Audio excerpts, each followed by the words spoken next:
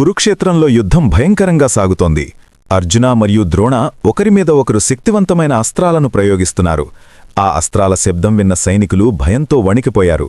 మరోవైపు భీమా మరియు దుర్యోధన గదలతో భీకరంగా పోరాడుతున్నారు. అలాగే నకుల దుశ్శాసన రథాన్ని ధ్వంసం చేశాడు.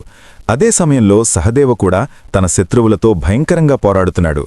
ఇంకోవైపు పాండవుల సేనాధిపతి ధృష్టద్యుమ్నుడు గర్జించాడు. నా తండ్రిని అవమానించిన ద్రోణను నేనే సంహరిస్తాను అని చెప్పి ద్రోణాచార్యుడిపై దాడి చేశాడు. కాని ద్రోణాచార్యుడు ఒక్క బాణం వదిలాడు. ఆ బాణం మెరుపులా దూసుకొచ్చి ధృష్టద్యుమ్నుడి ఆయుధాన్ని 2 ముక్కలు చేసింది. అప్పుడక్కడికి వచ్చిన అర్జున, గురుదేవా, మీరు చెప్పిన మాట గుర్తుంది. మీతో యుద్ధం చేయాల్సి వచ్చినా వెనక్కి తగ్గకూడదని మీరు నేర్పారు. ఇప్పుడా సమయం వచ్చింది అని గాంధీవాన్ని ఎత్తుకున్నాడు. అదే క్షణంలో గురు శిష్యుల మధ్య భీకరమైన యుద్ధం ప్రారంభమైంది. మరి ఈ యుద్ధంలో ఎవరు పైచేయి సాధించారు అనేది తరువాత భాగంలో చూద్దాం.